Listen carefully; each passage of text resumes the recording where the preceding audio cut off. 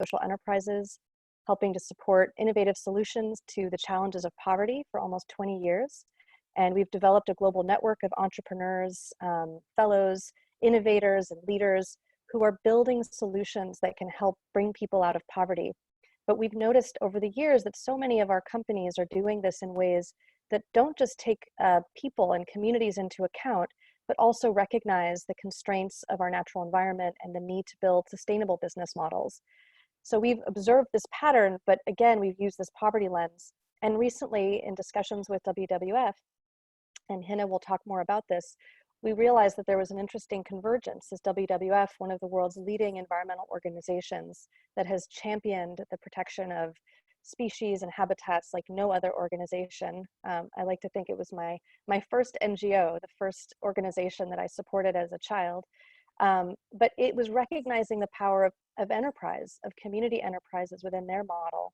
And so we realized we had a lot to learn from each other, and we decided to join forces for an in-person event alongside the Skoll World Forum to highlight these themes, to listen and learn from innovators and entrepreneurs and partners, organizations like WWF, as well as a huge number of global corporations that are starting to ask these questions. How do we build sustainable business models that really do take into account both people and nature?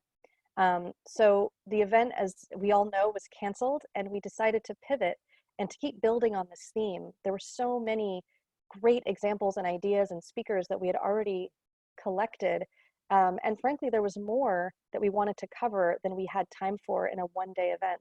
So this is the first of a series that we're really excited to present together, where we expect to have anywhere from 3 to 5 convenings like this that will dig into those themes over the course of the next year.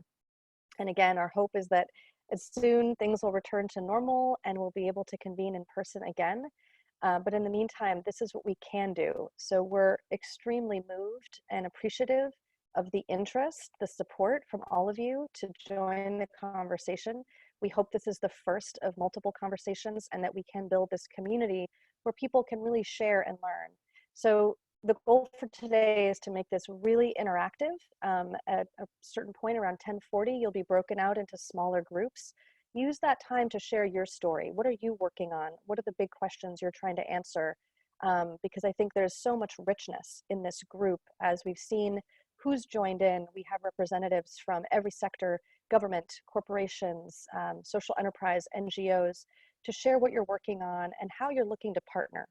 Partnership is a really important theme that will run through this entire series.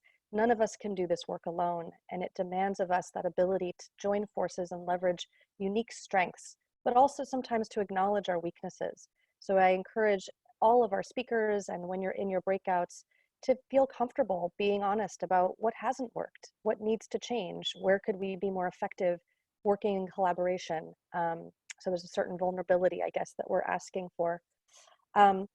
Just to kind of start off our interaction, I would love if people could join the chat room, which we'll be using a lot throughout this session to capture questions and resources, and just tell us where you're from.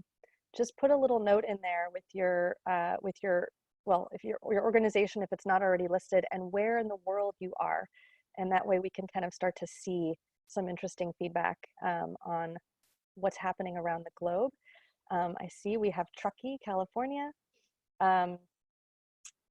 Excellent. The Netherlands, Mexico, New York City, London. Gorgeous. I think as we think about how we're going to use this new format, definitely please do use the chat function to share questions as we go into our panel. If we're going to do Q&A towards the end of the session, and I will look at the chat room to find questions, but I'll also look at who has unmuted their phone to see if you'd like to interject with a question. And if you have any issues at all in terms of how to use this format, please feel free to message Emily Gannam privately, and she'll try to answer your questions there. I also just want to mention something to start thinking about. Towards the end of the session, we'll ask people to share with us what are some of the other themes or topics that you would like to explore. We did a survey earlier, which some of you may have gotten, but we're really interested to see what are the big themes that each of you are working on that you'd like to look at. We know that we're going to be thinking about themes that were part of our original agenda. But a lot of it depends on what this community really is looking for. One of the big topics for us is around renewable energy and off-grid energy access and how that relates to climate change, other innovations dealing with climate change, which is going to be a huge and pressing issue. And then sustainable agriculture was another key theme. I know many of you are actively working to develop solutions that allow people to thrive through agriculture, but also to protect soil quality and natural environments. I also just really want to acknowledge the crisis that we're in globally in terms of COVID-19.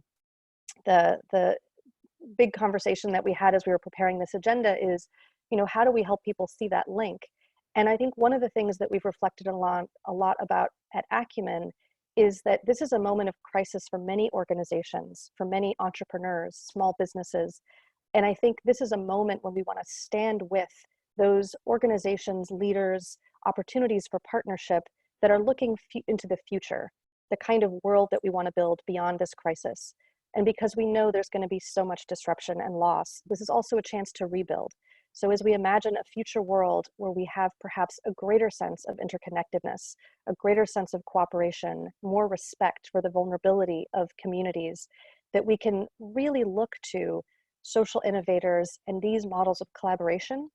And I think that's what we're going to hear about today, these kinds of businesses and partnerships that are pointing a way towards a future that is more sustainable and equitable. So to us, it's extremely linked. And again, we're appreciative that everyone could take the time. I want to, before introducing our panel, ask Hannah West, who's been a tremendous partner to us in this process, to share a little bit of how WWF came to this conversation and some of the ways that they're approaching the issue. So I'll hand it over to you, Hannah. Thank you, Yasmina. Can you hear me okay? Yeah. Good. So for those that don't know me, I'm Hannah West. I'm the Director of Nature Pays at WWF.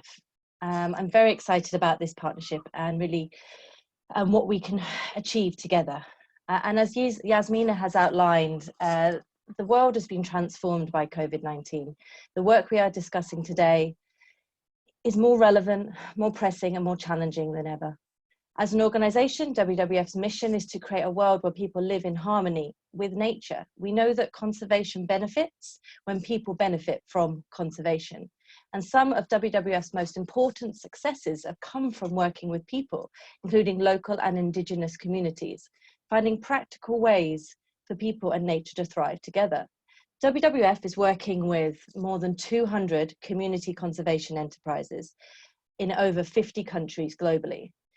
When properly enabled, these enterprises can be an integral part of protecting some of the world's most biologically diverse landscapes, seascapes, and river basins, resulting in holistic, sustainable development and making a vital contribution to a global ambition for zero loss of habitats. We are really lucky today because we can hear directly about one of those projects in Mexico. The Nature Pays Hub, which is part of WWF's markets practice, is a new global approach that aims to build the capacity of WWF's international network of offices to strengthen community enterprise development and really maximize socioeconomic and environmental returns. So part of this remit is around partnerships with Acumen, for example, and through events like this, where we get to hear firsthand from people who are delivering work with communities.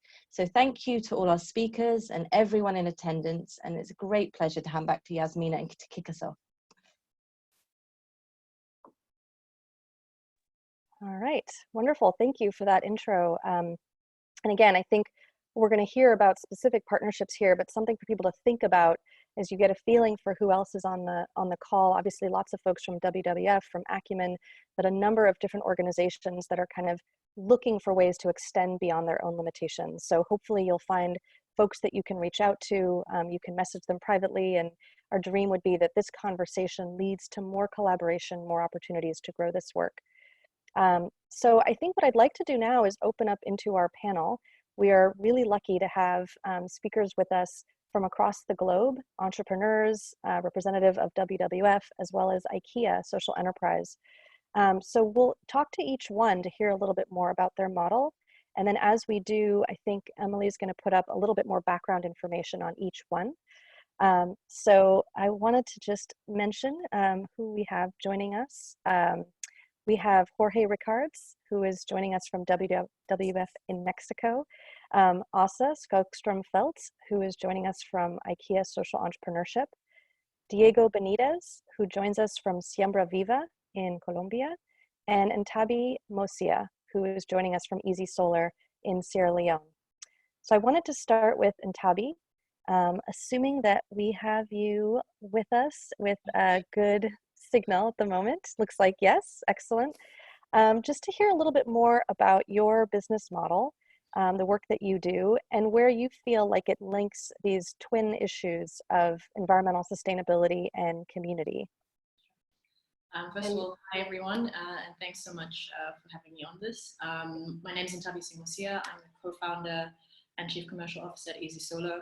We distribute solar solutions mainly to low-income households in Sierra Leone and Liberia. And we operate in markets where about 85% of the population doesn't have access to electricity. And so for us, one of the visions was that we can make this energy both affordable and accessible while still, keeping the environment, doing it in an environmentally sustainable way. And so solar solutions are rapidly deployable and they are sustainable. So it was kind of in its formation, in the business model was at the nexus of both. I think how we do it basically is we work through communities. So we have a community-based Asian model. So we work with community partners, so local leaders and chiefs, and thereby really like working through a trusted network, and that's primarily our sales force. And so we believe in investing in the sales team, and they're our primary anchor point to selling to customers and building customer relationships. Primarily, really, we saw ourselves initially as an energy company, so we offer solar solutions, like I said, but we also offer them on rent-to-own financing schemes, so we also provide financial inclusion, so there's a dual social impact. And then I think lastly, really, we started off as an energy company, but I think we've morphed into a people company. So in a market like Sierra Leone, where there aren't really a lot of employment opportunities, growing from 0 to 500 people that we employ has been a huge sort of like, impact that we've had that we didn't really see ourselves initially doing. Really, we were focused on the energy side of things and the community partnership side of things. So I'm going to stop there. And that's kind of a brief overview. So I have to say, from the first slide that you showed of your sales team, or obviously some members of it, they look like a rock band that I would like to join. It looks like they are having a lot of fun. And you mentioned that you've recognized that your business model is creating a really important employment opportunity in a setting where formal employment is not so easy to achieve. And you're also creating opportunities for formal employment in a green economy. And I'm just curious, as you have worked to build this out, what have you seen in terms of opportunities for partnership to leverage just not only the economic benefits that you're bringing for your sales team, for your customers, but really for the local economy? I would imagine that there are a variety of different kinds of institutions or organizations that would want to support you in doing that. But where have you seen your greatest successes in terms of partnership? Yeah, so I think, as a distribution company, we work with a lot of like manufacturers. So one of them is Burn Manufacturing. And so they provide fuel efficient cook stoves. So that's like a partnership that we've worked really actively with them in trying to like improve or reduce the burden of like fuel sources on local cooking. I think that's been quite like a surprising success for us in the last few months as well. I think other than that, like we work with so Sierra Leone is a post-conflict society, and one of the byproducts of civil war is that there was a lot of amputees who were left behind. And so we work with an organization that provides 3D printed prosthetics to amputees in Sierra Leone, and we work to electrify the full community. So they actually have, they call them amputee camps.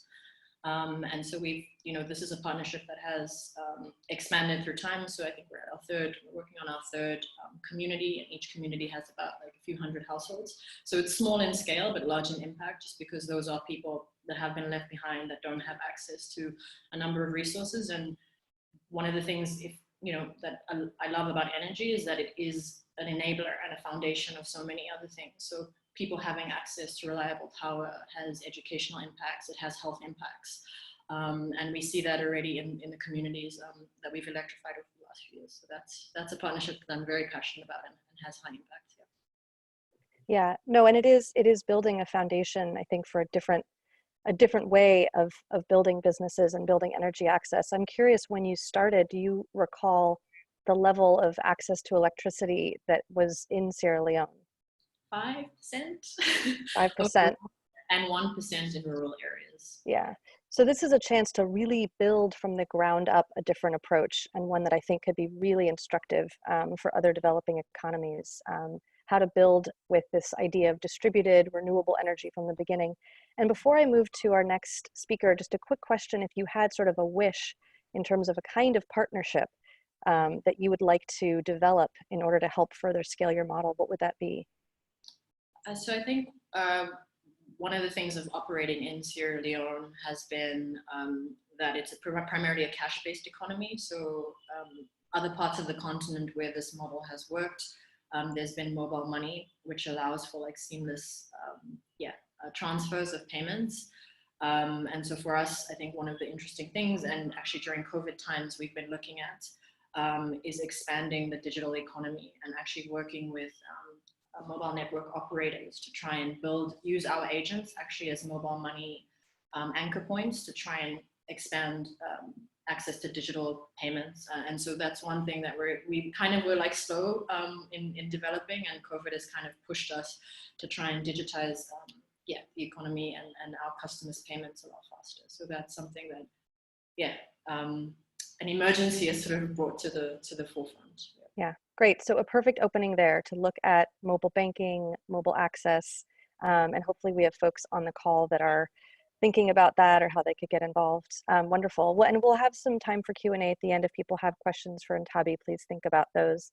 I wanted to go now to Diego from Siembra Viva, who is an Acumen entrepreneur and as well, and is going to share with us a little bit about your work. So Diego, tell us a bit about your business model. See if I can open this up so I can see your picture as I talk to you.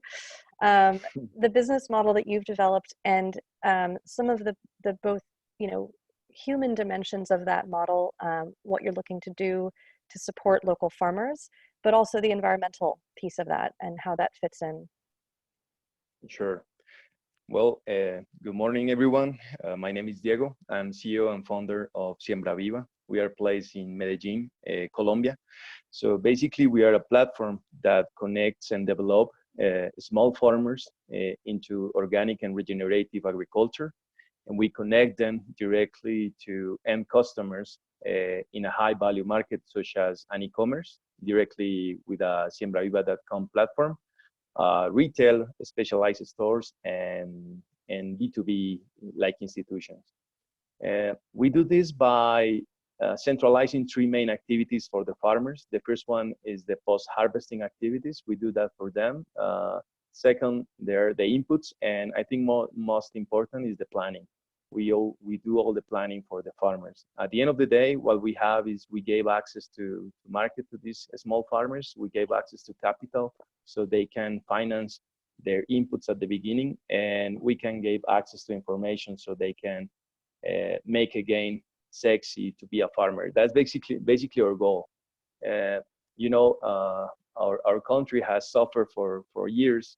The condition of being a farmer is not as good as we thought at the beginning.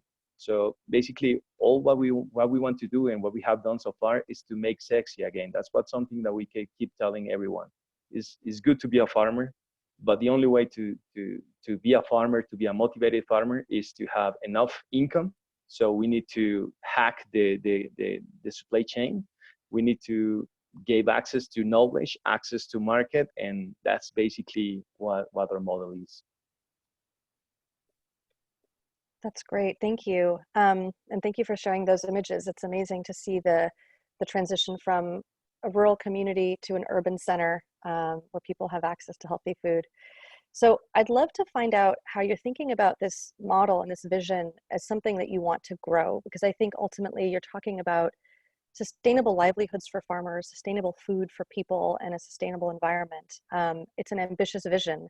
So how do you think of taking that model and making it more commonplace across Colombia?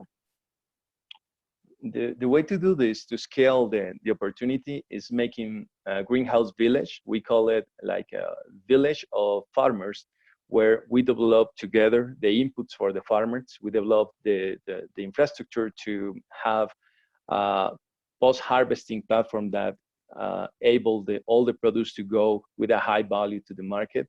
And that's what we have been working on the last year, is choosing where is a good opportunity to set these products, then partnership with investors and companies who want to develop organic regenerative agriculture, but being local. That's our key. And once we have figured out the market and the infrastructure, we just go and set the platform. So basically we work like in two platforms: an infrastructure, a physical infrastructure where we develop the inputs, where we have the post-harvesting infrastructure, and where we have like the school for farmers, where they join and they can learn and they can figure out by themselves that working in organic regenerative is attractive in terms of income and in terms of livelihood. So that's basically our scale idea. And the other one is technology. We can tell like this.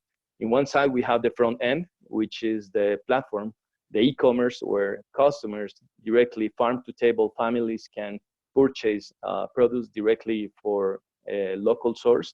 And in the other one is a platform for the back end. That's what we call, where we can follow and figure out which bed was planting with which kind of vegetable, which disease this plant has. And so we can do all the traceability from the day one until the day off.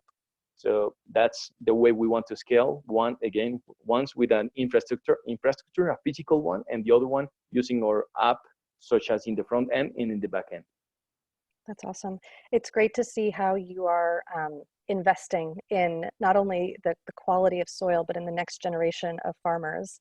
And that phrase that you use of making farming sexy, it's something I've heard in a lot of different settings, where you see younger generations turning away from farming, often because it's been so difficult to get a livable income from doing it.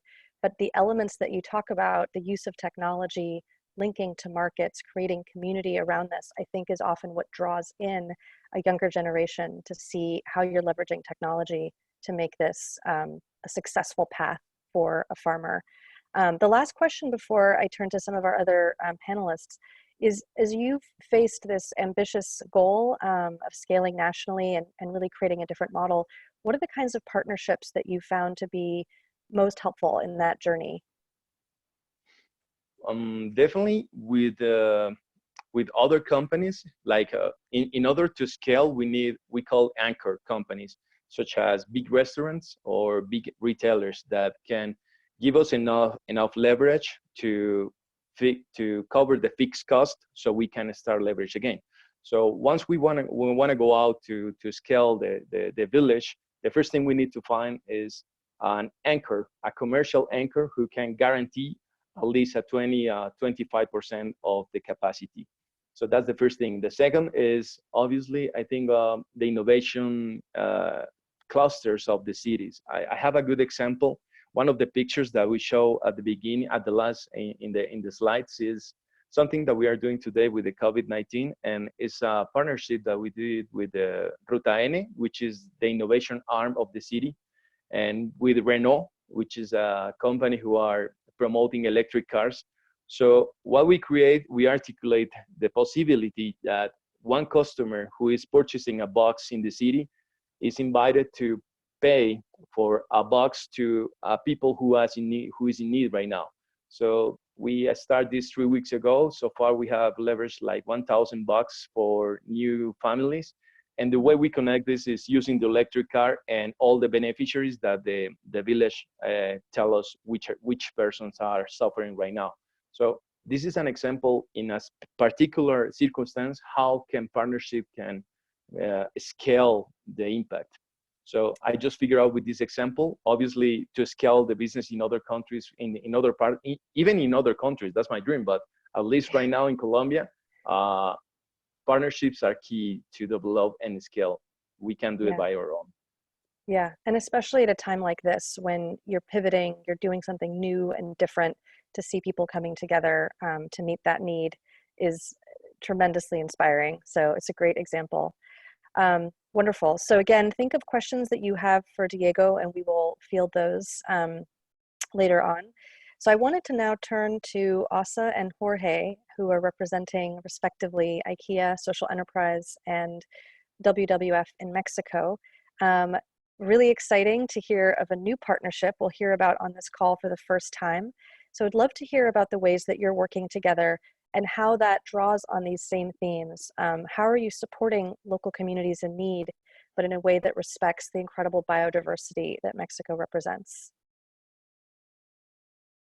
Thank you, Yasmina, and thank you, first of all, for joining forces between you and WWF. I think especially at a time like this, we all need to collaborate and co-create the new future that is positive for both people, nature, and society, and then we all need to work together.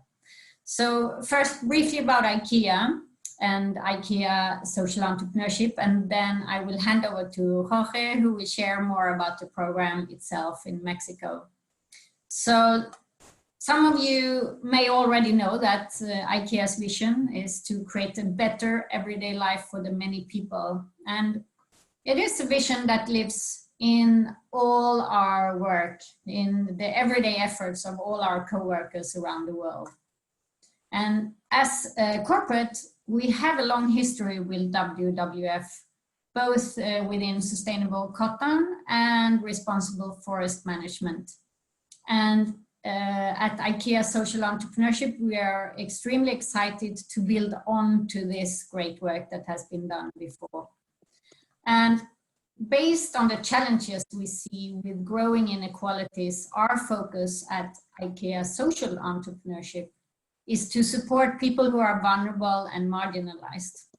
And we do that by partnering with social entrepreneurs and social businesses, and have done so the last 8 years.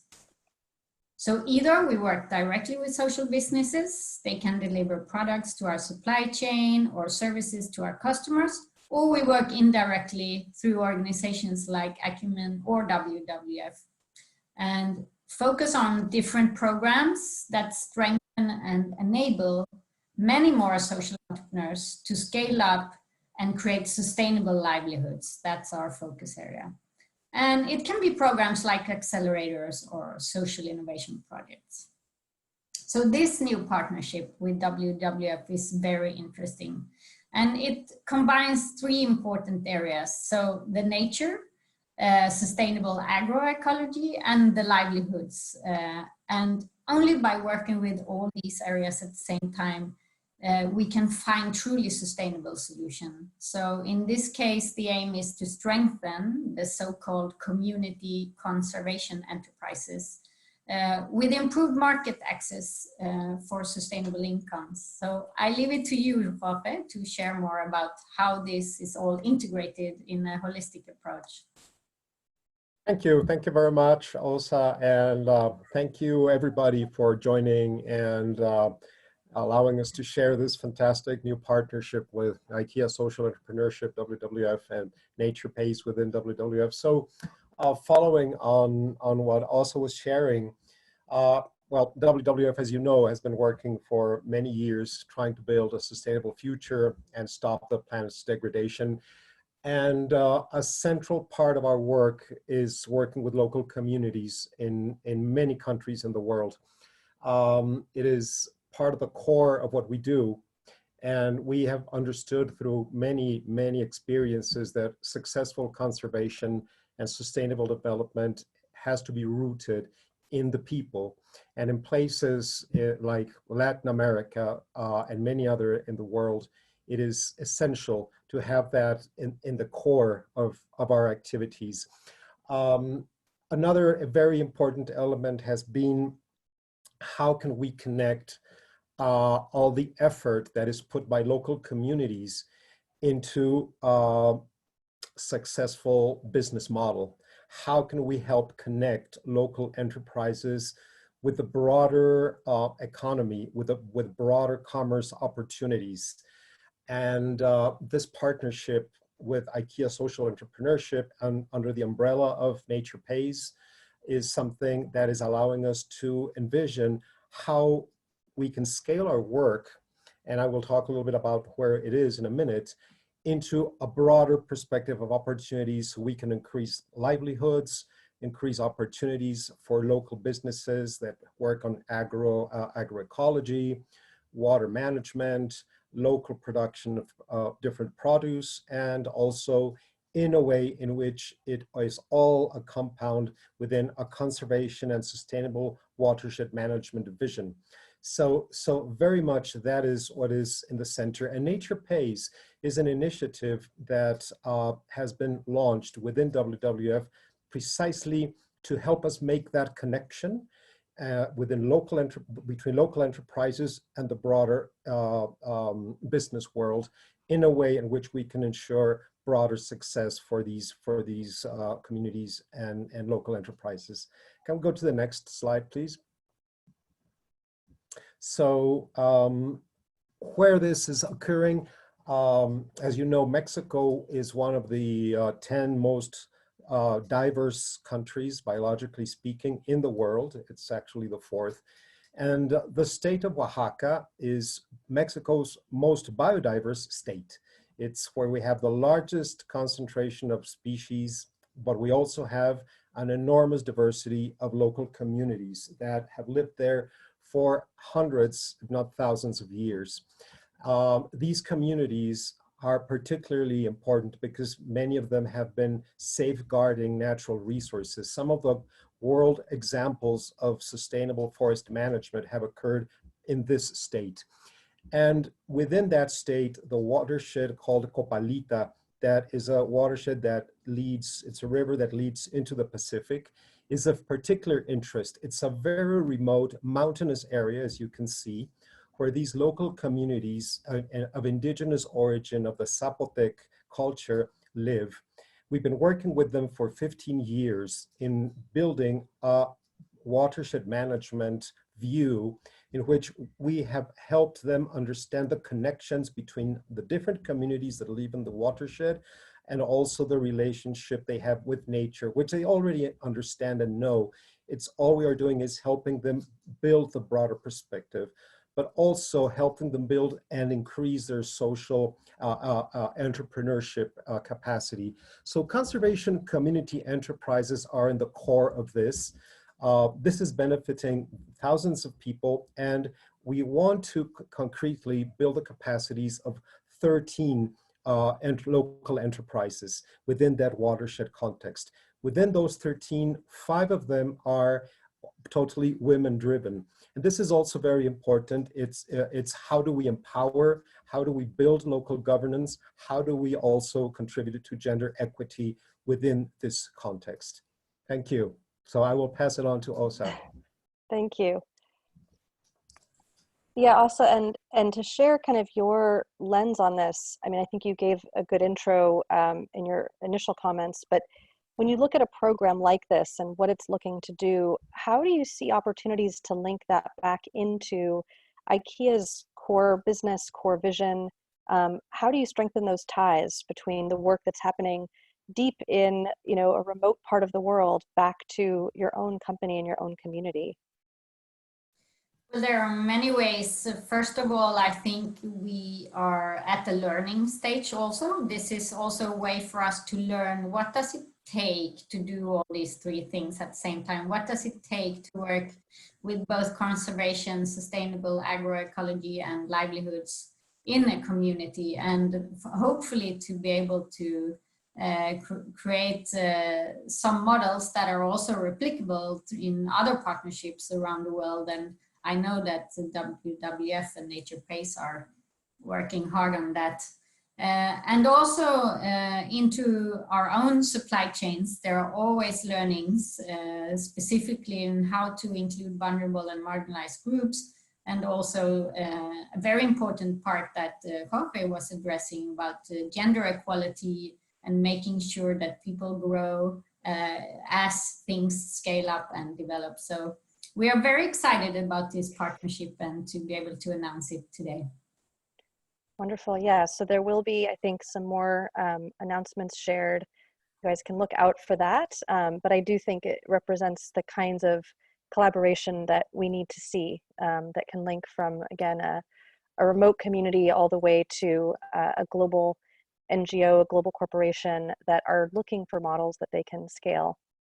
So I think that the key right now is to keep this momentum going in thinking about what is working, what are the models that can work, what are the needs. And I would like to take us into our breakout sessions. I think that folks probably do have questions. I've seen a few, and we're going to come back to those. I guess we can wait a minute for the breakouts. So maybe we'll take a couple of the questions that have come in, but I want to make sure that each of you, as you're hearing these stories, are thinking of your own examples, because that's what we'll focus on. But let me just start with a question that's come in that we can answer before we go to breakouts. This is a question for IKEA Social Enterprise from Sophie Fajour. So what is the financial instrument that you guys are using to support social entrepreneurs? Thanks, great question. So we see that the social entrepreneurs that are have had the greatest success often have worked with blended financing structures. So typically they work with a mix of grants and loans and equity investments as they grow. So those are also the tools that we work with in our different programs. Great. So really it's recognizing the need for flexible capital. There was another question that came in earlier for Diego around Siembra Viva's model, which speaks also to the question of gender. So in terms of the total number of farmers that you work with, Diego, and then also any specific gender focus that you've had in working with farmers. So we have like 3 different labels on farmers. Sorry, the first one are graduate farmers who worked with us 3 years ago. Those are 10 at the beginning, and from those 10 people, 3 were women. The second generation of farmers are now working in the village, and we have 3 women. And the last generation, who is right now, who joined 3 months ago, we wanted to have 40% of the new farmers who arrive to be women. So we start basically for people who want to join. And once we figure out that women are able to work as even better than men, because vegetables are very detail oriented, we wanted to increase and motivate people with example of the previous generations. So right now we wanted to have at least 40% of the new farmers who arrive in the future will be women. Excellent. And one more question back to IKEA and WWF. But as you guys are developing these models, sort of, as you say, learning, kind of piloting, what role do you see for other funders, other kind of the players in this ecosystem that could bring capital potentially? What role do you see them playing as this model evolves? Well, also, if it's okay, I can answer partially that. I think it is a combination. I think the role needs to be, on one side, grants that continue allowing us to maintain processes that are necessary. As many people probably on this call know and have experienced, these processes sometimes take many years. We have been working with these community for 15 years, building the whole concept. And now we're at this point in which we have 13 enterprises that can be launched and connected into a different and broader perspective. But that does not mean that the process itself does not need funding to continue in terms of grants. But on the other hand, it is a combination of investment under community management context. So it's not the classical investment, but it's how do we build that connection. Yeah, and that is such an important point, because I think partly what we end up talking about when we look at these ways of supporting different kinds of business models, different kinds of solutions, we're also challenging to say we need to use different kinds of investment tools, right? If you want to be able to invest in something that is community owned and led, you're probably not talking about a traditional equity investment. So I think there's a lot of room for innovation in how you bring capital in a way that doesn't break down the strong linkages and community ownership that you've built, but actually supports that. And a whole other conversation is how do you bring the capital that matches the innovation and the values of what you're building. Wonderful. So I am going to take us into our breakouts. I think we can continue to explore these same questions. So what I want to give you is a couple of things to think about as you go into these conversations. You'll be asked to press the join button. That's what will take you into your group. And what we want to ask you each to talk about is, what are you seeing that's working? What are examples of innovative business models, innovative partnerships that really do bring together social and environmental concerns? And where do you think there's a need for more collaboration, more investment? What's missing? So again, both to celebrate examples of what's working, but also to begin to draw out where some of the gaps are and where that could lead to stronger collaboration among different sorts of actors. So we encourage you to make it as concrete as possible, share examples, and please be, candid. It's great to celebrate what's working, but I think we learn as well from what's not. So you'll be asked to join in the conversation. And if you do identify specific examples, resources, when you come back into the main room, you can put those into the chat for others to see as well. So I will ask Emily or Pri.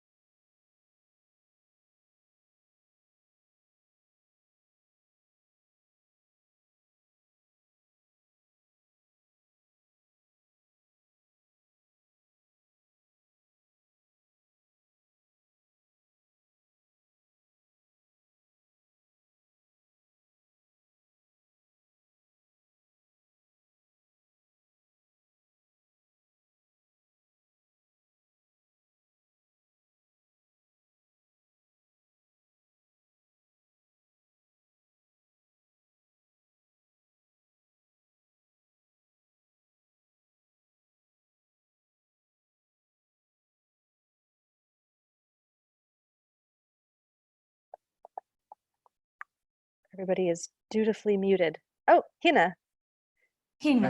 I'm always given the opportunity to talk. I'll come in, won't I? Hello.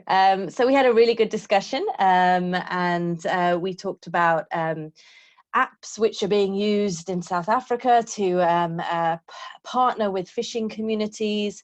We talked about work in Romania, which is really integrated into our community work, but we really need business minds to help us to take it to the next level.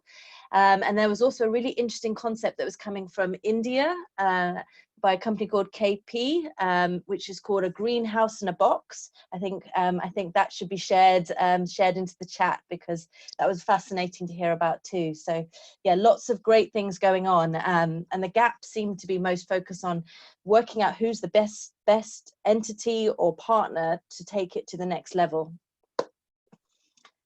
Thank you for that. I see a comment from Raphael in the chat room. People can check it out, or Raphael could jump in. And Katie, I think, is a great example of environmental, social, innovation and impact. So if they can share their website in the chat, and we can follow up on that. Wonderful. And it's great to see people exchanging information. But we did have a great conversation in our session about behavior change, and how do you begin to motivate different behaviors around things like recycling or fishing practices, and what can you use in terms of technology, in terms of incentives, and then ultimately, how do you measure that impact? And so I think this is all giving us ideas of things that we might want to explore further in future sessions. Is there anyone else who wanted to jump in?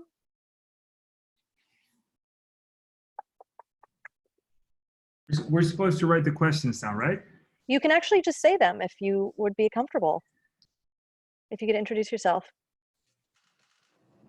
I'm halfway writing it, so I'll just finish writing it. Okay, and then I will read it. Okay, then I'll jump in. This Thank is you. Greta from WWF Mexico.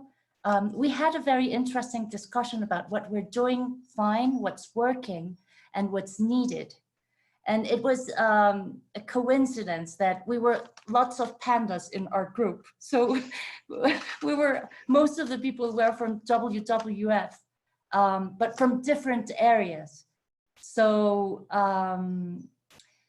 we talked about supply chain. WWF has a strong background on working with supply chain, FSC, climate change, traffic. And it was evident that from our different spheres and arenas, we're conducting different efforts, but that need to be connected. So we were kind of getting to that point in our discussions to what's needed, where do we have the gaps? And that's when the session ended. But the conclusion more or less was aiming towards more holistic approaches and integrating and connecting our different efforts. And this partnership with IKEA Social Entrepreneurship and WWF is an example of just the fact that livelihoods and conservation are sitting together. It really gives me hope about a different way of approaching things, because we need to let people know that conservation benefits, and we need to show better the tangible benefits. And that's when it ended. Sounds like a rich discussion. I think, one of the things that came up in our discussion, I think has come up in some others about pathways to scale, that there is this need to link with markets, to bring these models into the mainstream. And this is where I think that corporate partnerships in particular are so important. I think there's an aspiration among so many of the entrepreneurs to make that jump. But the reality that we've seen is it's really difficult. There are issues around scale, around access to technological infrastructure.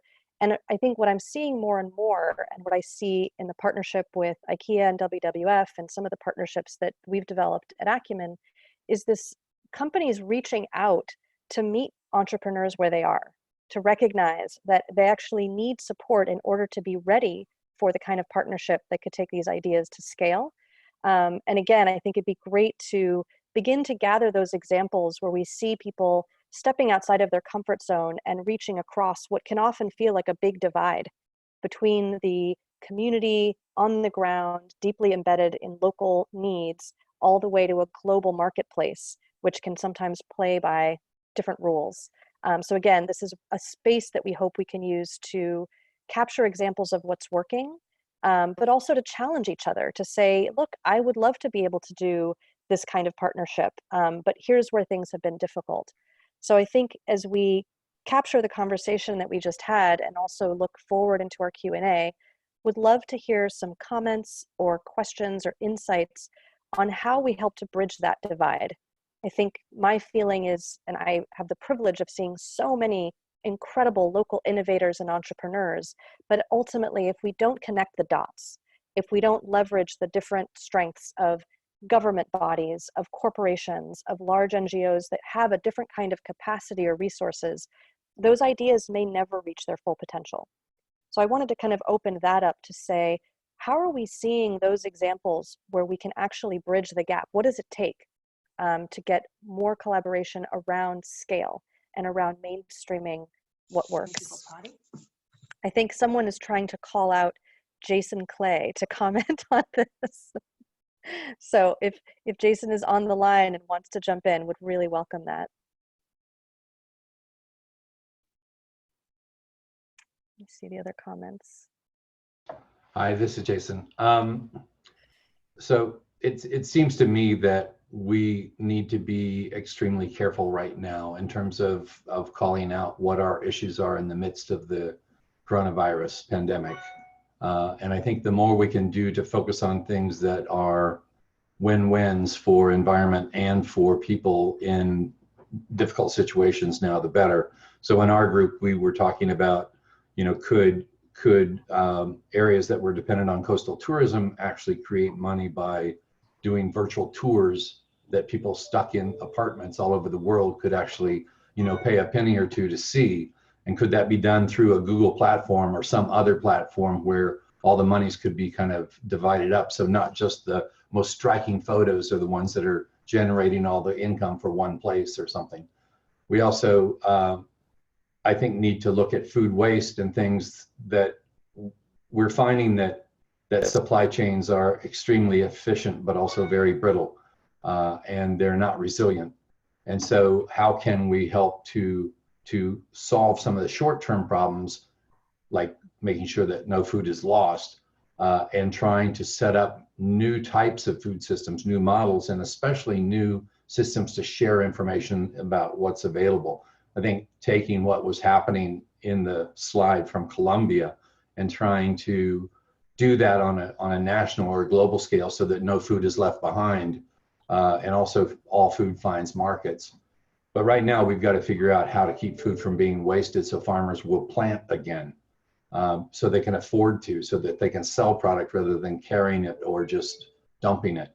We got to figure out how to keep supply chains full, because it'll take a long time to refill them if they get broken, and how to get the processing plants moving.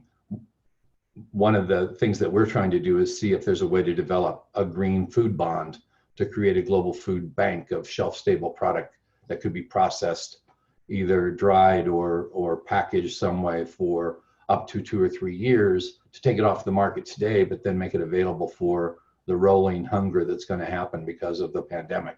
Because we know it's going to happen. The hardest hit areas are going to be farmers, because they're older, they have less access to medical care, they often don't have the greatest diets, or at least not all year round, and they're just they're going to suffer more from this. So we're going to have interruptions of planting, of cultivation, and harvesting for some time. Thank you, Jason. And it does speak to the interconnectedness and complexity of these systems, and a response that needs to recognize that. So when we talk about brittle supply chains, I think it's where things break down from the local to the global. And so what you propose does speak to the need to see coordinated action, almost at a policy level, in how we protect the livelihoods of farmers and protect the food supply for the world. So again, it's exciting to me to see organizations like WWF part of this conversation to how do we elevate not just what's happening at the micro level, but at the macro level, to bigger questions that need to be taken up kind of at the highest levels of governance. So it's really, really good to hear that. Can we think outside the box? I mean, I think that's a really trite expression, but sometimes it just captures what you need to do. So one of where's the stranded assets that we can use today? You know, in the US, we're looking at, can the post office deliver food from small farmers to communities that need it, to individuals that need it? I mean, we've got to, we can't leave any stone left unturned.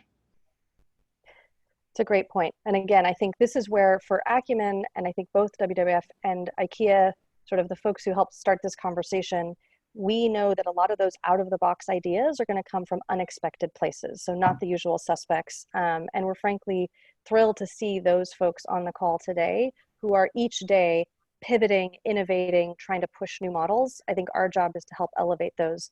So as we get close to our wrap up time, a couple things I want to do is just highlight that there's probably a lot more to say on this topic. So if you didn't get your question answered, please know that we will capture them in the chat room and try to respond. We are also capturing some really good feedback on what sessions might be interesting in the future. We've heard discussions on reducing waste, food security, different models for collaboration. So I think we're going to try to figure out how do we capture the essence of this conversation and perhaps share it back out. But I want to make sure that if anyone has any specific themes or topics that haven't come up yet that you think we should explore, please put those into the chat room. Again, I think we've looked at examples in terms of food security, in terms of off-grid energy access.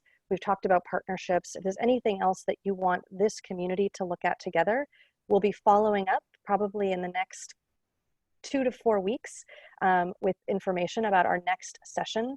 We would love to include this group and even expand this community. There's a number of resources that we'll share out. So think of this again as a sort of informal community that we want to sustain over time so that people get access to ideas, insights, resources that they may not have had access to before. So in our last moments, I think what I'd like to do is ask each of our original speakers if you have any parting words, any takeaways from the conversation today, maybe starting with Ntabi, if you are on the line. We may have lost Ntabi. What about Diego? Are you on? Can you share just any takeaways from the day? Yes. Yeah, one of the reflection I got is usually in the social impact environment, we struggle with the long term. And every action that we take, we supposed to be fulfilled by patience capital and at the end with a long-term vision. But now after this session, when I came up with this urgency of the pandemic that we are living. So I think more than ever right now, we are struggling that we don't have time to create solutions. We don't have time to make impact. And this thing that I kept in my mind before, like, yeah, this is patient capital, this will come over, we will take time. It's now over because we have an urgency to solve. So I don't know, after this conversation, I came up with this new sense of urgency that we need to make it very quickly and very fast. That's my reflection. Thank you. And one of the comments was we need more Ntabis and Diegos, which I could not agree with more. Ntabi, do you want to share some parting thoughts? Yeah, I mean, I think echoing Diego's points, I think just like resilience has come up a lot. And I think one thing I didn't mention is like about 70% of our customers are farmers. And so just thinking about like hearing some of the comments that were made today, thinking about like food systems, you know, we tend to think in a silo of like where we're operating and thinking about the interconnectedness, not just what we're doing and the partnerships we have, but of like our constituents and the people we serve and how do we make sure that they're not left behind in all of this madness. So that's been like, I've been listening and sort of taking in a lot of, that thinking beyond the narrow scope of operating. So we really have to do it together, I think. Yeah, and I think that's so important. And what you've built with 500 distributors is massive and takes real time. And so how do we leverage that? Jorge, did you have a parting words of wisdom? Absolutely.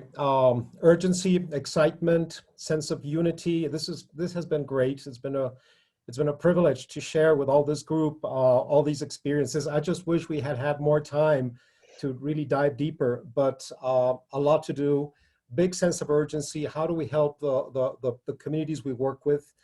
We feel this enormous sense of responsibility, and somehow things are happening so fast. So how do we come up with quick solutions, simple things that can really help, that can really impact? So this has been really, really useful, and I'd love to have follow-up conversations with several of the people that I knew on this call to, you know, strengthen our work. And so thank you very much. Thank you, Jorge. And Asa. Yeah, we had a small group, but in our small group, there was already one connection that I think was very fruitful for the two of them, and will continue. So I think, yes, there is a great urgency, and yes, we need to work even harder on supporting vulnerable and marginalized groups. We all read the Oxfam warning some weeks ago. But I do think that we can also learn a lot from this crisis, and I'm very excited to see how this will go forward, because it's easier for us to collaborate if we don't have to meet all the time at different events. So digital platforms and facilitating discussions and meetings like this, where we can unravel what are the needs and what are the different competencies. It doesn't always have to be funding. There are a lot of competencies that we can support with from our end, for instance. So I see the silver lining that we may come out stronger of this crisis. We will have new ways of working and new ways of interacting, and a lot of more collaboration. So let's do it. Let's do it. So stay tuned for our next session to build on this. And obviously we'll be really interested in feedback. I think a lot of these sessions are experimental. We're learning the technologies as we go. But I think what I've really taken away from today is just the level of engagement, the creativity, how hard everyone in this phone conversation is working right now. I think that COVID-19 does give us a new sense of urgency, a sense of concern, as we see the vulnerabilities that were always there somehow becoming even more extreme. But in many ways, I think we're lucky that we're part of a community. We know we can turn to each other to get ideas, to break out of the box, to ask for support. So showing up today was your way of doing that, and it's incredibly encouraging. Thank you for everything you've shared through the chat room, the ideas, the resources, the links. We will capture those and share them back out. And if there's other folks that you think should be in this conversation, please let us know. The idea is to bring people together that really see the importance of considering people and the planet as we build the kinds of institutions and solutions that the world needs, and that really believe in partnership, that know that we have to get out of our comfort zone. We cannot do business as usual, and we cannot do this alone. So I just want to thank all of you for joining, and really just appreciation for all the folks who've come together on this, WWF, IKEA, Social Enterprise, and others who have joined today. So that is it for us today. Take care. Have a good day. Take Folks care, want to everyone. unmute and Thank wave you. goodbye. Goodbye, everyone. Bye, everyone. Bye-bye. Bye. Thank Great you. to see you. Bye. Goodbye. Thank you. Stay Bye-bye. safe. Take care. Bye. Thank you. Bye, everyone. Bye, everyone. Bye-bye.